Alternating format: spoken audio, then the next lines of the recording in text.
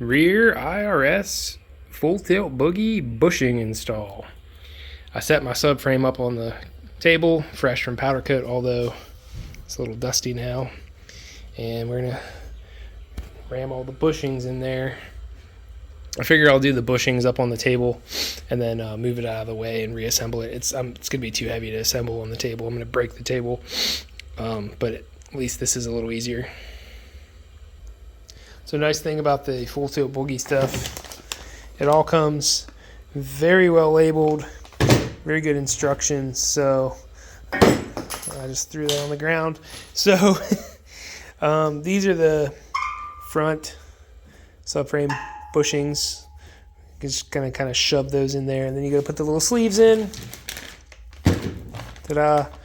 And then we got to do the control arms. I'm gonna put a little sealant on this to just kind of help keep it clean, since it's all fresh powder coat. And I also realized these washers right here on the I guess that's the rear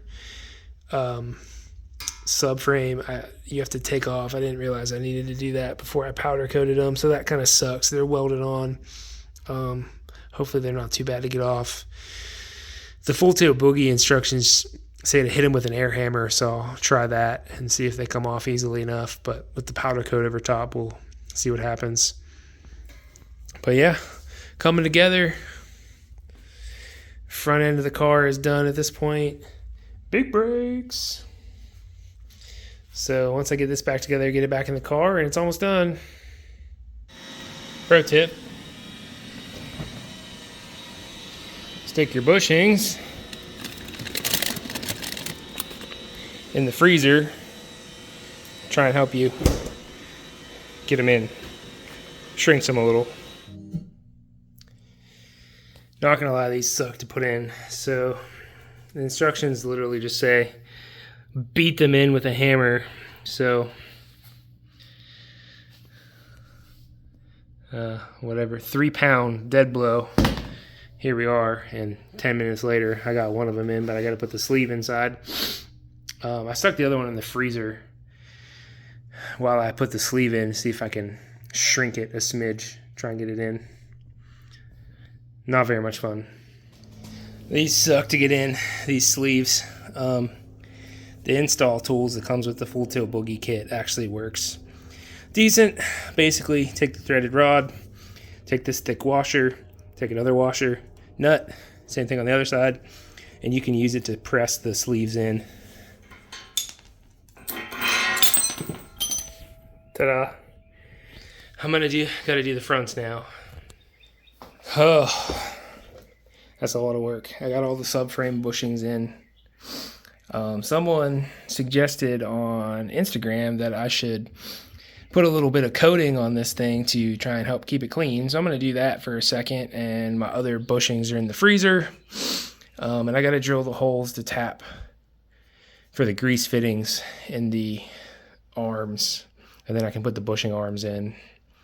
But yeah, man, this sucks. I can see why people pay someone else to do this. It's not fun. If you watched my detailing video, you'll know I like this CarPro Reload. I'm going to put some on the IRS. I'm not going to video that. It's boring. Sorry. Alright, so now we got to install the grease fittings for the control arms.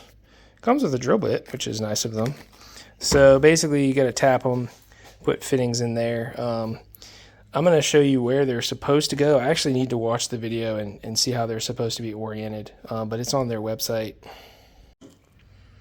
Another caveat of this kit, the upper arms have this little cast mark on them that you got to grind off right there, because it's going to leave you without a smooth surface on the inside of the arm here. So Dremel with a carbide bit works pretty well, just an FYI.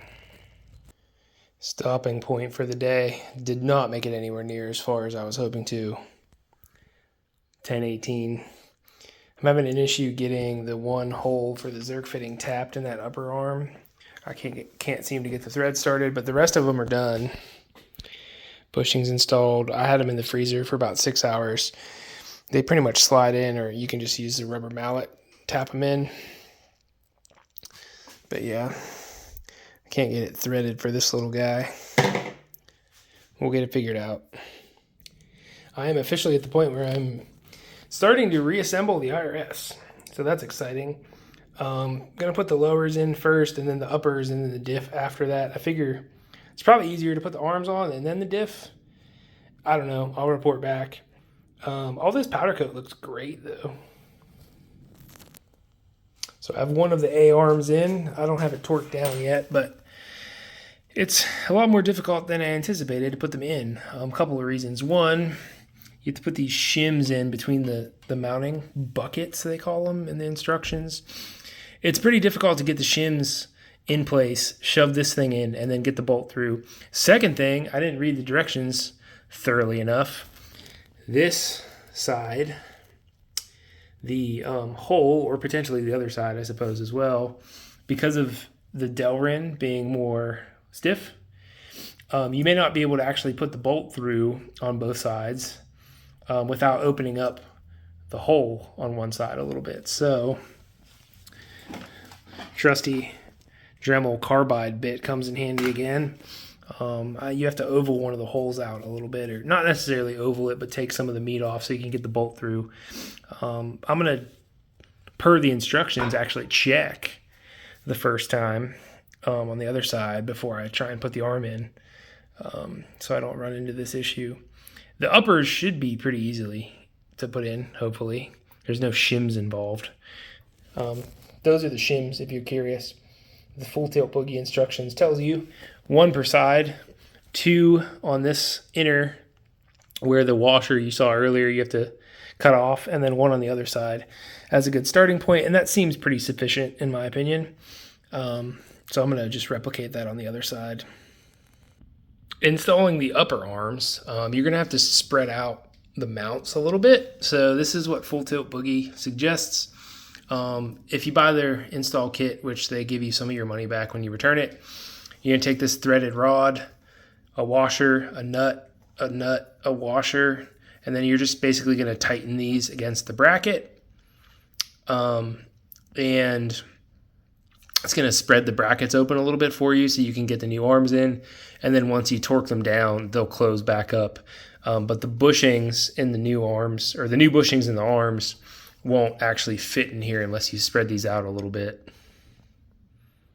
Everything's all together as far as the A-arms. They're all torqued down, greased up. Ta-da. Made it a little hard to move with one hand. There you go. Move pretty nicely. Nice and smooth. Nice and smooth. This one seems a little tight compared to the other side for some reason. I'm not sure why.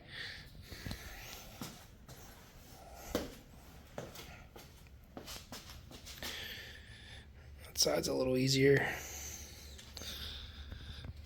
The lower is about the same. So now I gotta install the diff sitting over there, and I am honestly not particularly sure the best way to go about doing so. I think if I sit the diff on the ground and then set the subframe kind of down in it, that might work. I'm not really sure, and I didn't really find much in the way of good instructions on the easiest way to reassemble it, so we'll figure it out. Project Apex Snake leaving me more surprises. So when I bought this car, it was supposed to have all of the Full Tilt Boogie upgraded suspension. Well, we saw how that ended. It was also supposed to have a Detroit True Track differential in the rear. If anyone knows anything about what that looks like versus what this Ford stock traction lock looks like, that's an OEM unit. So that sucks.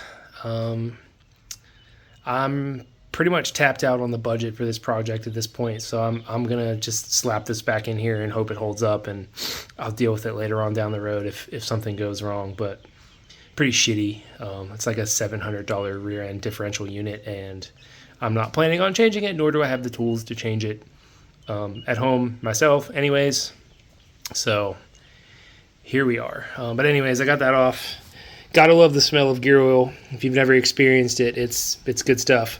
So then we're putting on the new Ford Racing girdle unit. There's the directions. I'm not going to video this. It's pretty much self-explanatory on how that goes together. So just read the directions. All right, got the new cover on. It does look nicer. Downfall with the full tip Boogie differential mount right here. Sorry, I guess you can't see me pointing. Right there. You got to grind that down a little bit. I'm going to do that later because it interferes with some of the metal on the girdle cover.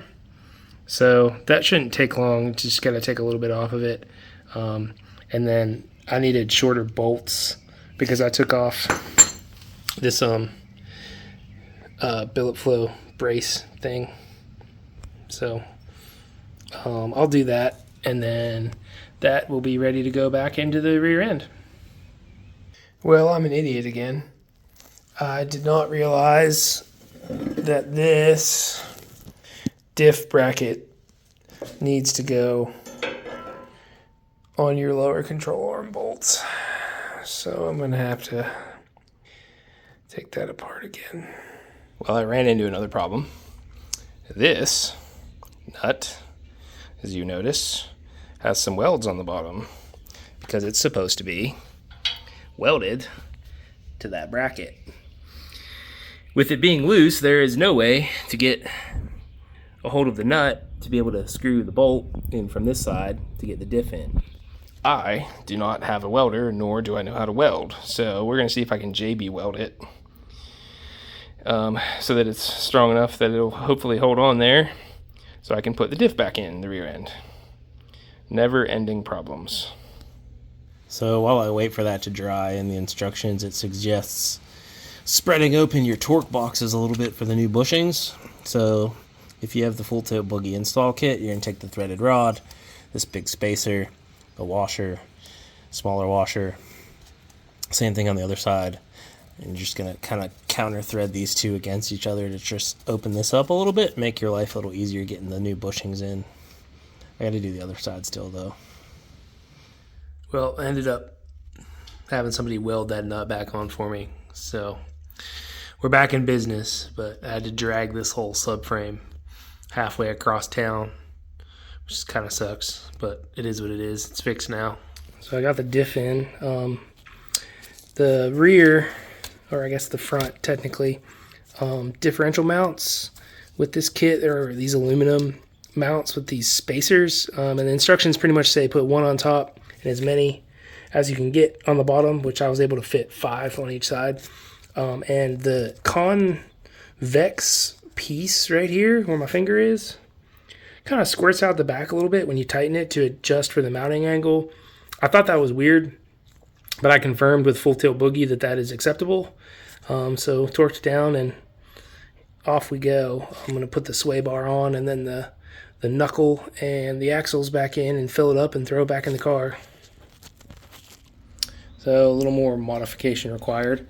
I bought the camber bolts from Full Tilt Boogie that give you a little bit more adjustment, and you're going to have to grind down these arms a little so you get full rotation of the bolt. If I walk you to the other side, I haven't done this one yet.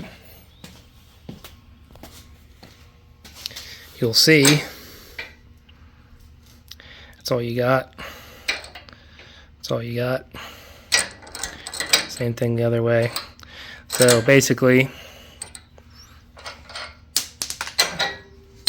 you're gonna have to grind down this and this some so that you have enough movement to get the bolt the whole way around.